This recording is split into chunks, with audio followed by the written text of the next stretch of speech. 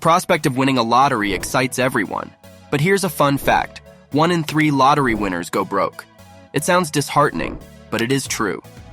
Evidence shows that most people who make it to the top, 1% of income earners, usually don't stay at the top for very long.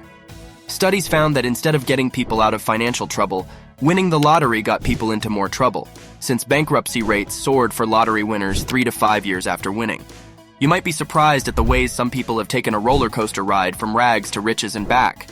The lottery curse gets you in more than one way. When it comes to sudden wealth, it's not just about winning the game, it's about knowing how to play it. Let's delve into this eye-opening exploration as we uncover the most shocking ways lottery winners have gone broke and unravel the lessons hidden within their stories. You would be amazed by the astonishing downfall of the last individual. Whitaker, the lucky winner of a staggering $315 million in a West Virginia lottery back in 2002, reflects on his fortune by stating to Time magazine, "I wish that we had torn the ticket up."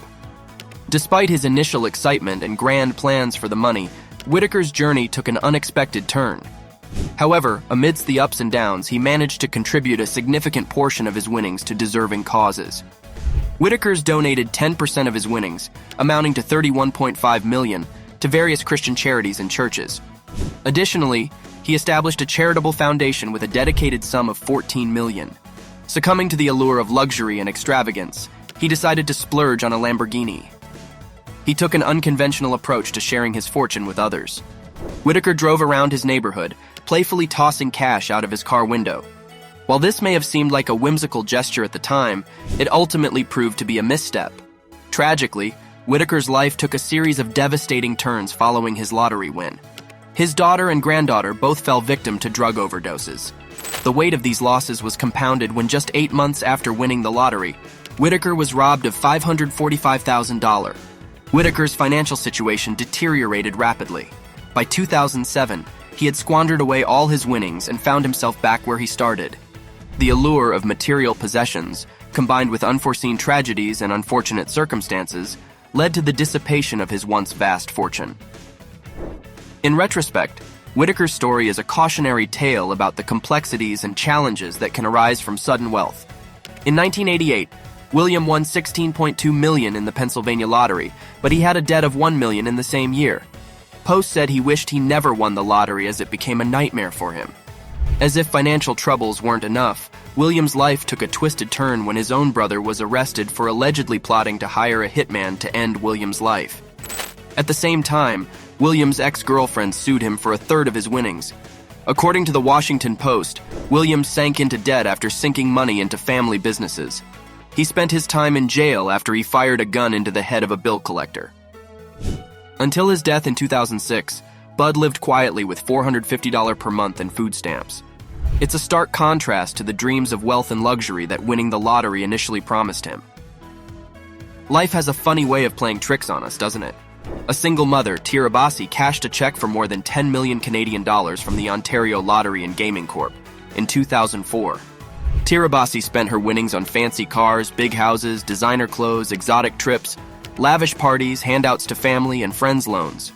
In less than a decade, Tirabassi was back in her old life when she was riding the bus, living in a rented house and working part-time. In an interview with the Hamilton Spectator, she admitted that while she initially had fun and enjoyed the luxuries that money could buy, she eventually realized that true happiness lies beyond material possessions. As she put it, it's like back to life. The allure of wealth had faded, leaving behind a void that could not be filled by materialistic pursuits. However, Tirabassi made one great decision when she won the lottery. It is putting some of her windfall in trust that her 6 children can claim when they turn 26. Tirabassi's journey from rags to riches and back again is a testament to the fleeting nature of material wealth. Next in line is Bill. While struggling to make ends meet for a wife and 3 children, Bill had a blessing coming his way in June 1997. He won $31 million in the Texas Lotto jackpot with an annual payout of $1.24 million. The first thing 47-year-old Bill did was quit his job at the Home Depot. He celebrated his win with a family vacation in Hawaii. Then he gifted expensive cars and houses to friends and family. He also donated money to the church and the poor. That took an unpleasant turn when he started receiving persistent calls demanding donations. He tried to exchange his lottery checks for a lump sum amount from a company that provided exactly those services. But the impatience only made way for a bad deal. Within a year, his wife Barbara left him. In 1999, Bill died by suicide in his house, leaving behind a legacy tainted by the burdens of wealth and the relentless demands it brought upon him. While his initial triumph brought about moments of bliss and generosity, the unrelenting pressure and demands ultimately led to an untimely demise.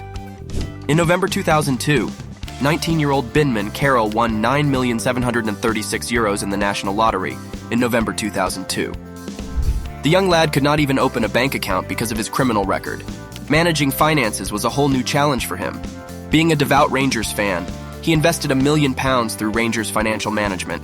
He gave huge sums of money to his mother, sister, and aunt, but he invited trouble by hurling steel balls at cars and shop windows while driving around in his Mercedes van. He was sentenced to community service and spared jail time with a warning.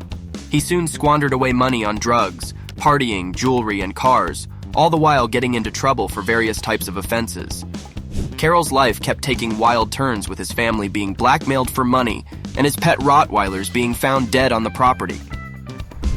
Finally, in 2010, he was forced to flee his mansion and settle for his old job as a binman in the Downham Market. From his humble beginnings as a shoplifting teenager to his astonishing lottery win, he faced the challenges of managing his newfound wealth head-on. However, it seems that the allure of mischief and extravagance proved too tempting, leading him down a path riddled with legal troubles and financial downfall. In Canada, Muswagon struck gold when he snagged the whopping 10 million Super 7 jackpot in the year 1998. However, as the tale goes, Muswagon found himself in a bit of a sticky situation after his newfound fortune catapulted him into the spotlight. According to the Globe and Mail, Muswagon bought several new cars for himself, as well as for his friends, and purchased a house he made a nightly party pad, where he and his friends often celebrate his new lifestyle with lots of drugs and alcohol. In a single day, he bought 8 big-screen televisions for friends. However, as is often the case with such tales of rags to riches, reality came crashing down like an avalanche on poor Muswagon. He was forced to take a job and do the heavy lifting on a friend's farm to make ends meet. Tragically, the story takes an even darker turn. In 2005, the media reported that Muswagon met a heartbreaking end. He chose to hang himself in his parents' garage. Back in 2011, Amanda was rather down and out in terms of luck. Since 2010, she had been surviving on state welfare and food stamps. However, her luck changed drastically when she won $1 million from the Make Me Rich game hosted by the Michigan Lottery. This $1 million could easily have been a life changer for Amanda that would have set her up in an excellent financial position for years to come. Sadly, in July of 2020, a local news outlet caught on to something, that despite being a millionaire, Amanda was still claiming her state benefits and food stamps. It was not long after the story broke that Amanda found herself in deep water in the courts. She was eventually sentenced to 9 months probation and a fine. Sadly, 1 year later, Amanda was found dead at 25 from a drug overdose. Many lottery winners find themselves in a predicament where they feel compelled to give away grand donations and generous gifts to their loved ones. While this act of generosity may seem admirable, it can quickly become problematic if they don't have a well-thought-out spending plan in place. Without proper financial guidance, the riches they once possessed can dwindle away, leaving them in a state of poverty or even bankruptcy. This phenomenon is commonly referred to as the lottery curse. Just like a roller coaster, the thrill eventually fades, and reality sets in. To break free from the clutches of the lottery curse, it is crucial for lottery winners to seek professional financial advice and develop a comprehensive plan for managing their newfound wealth.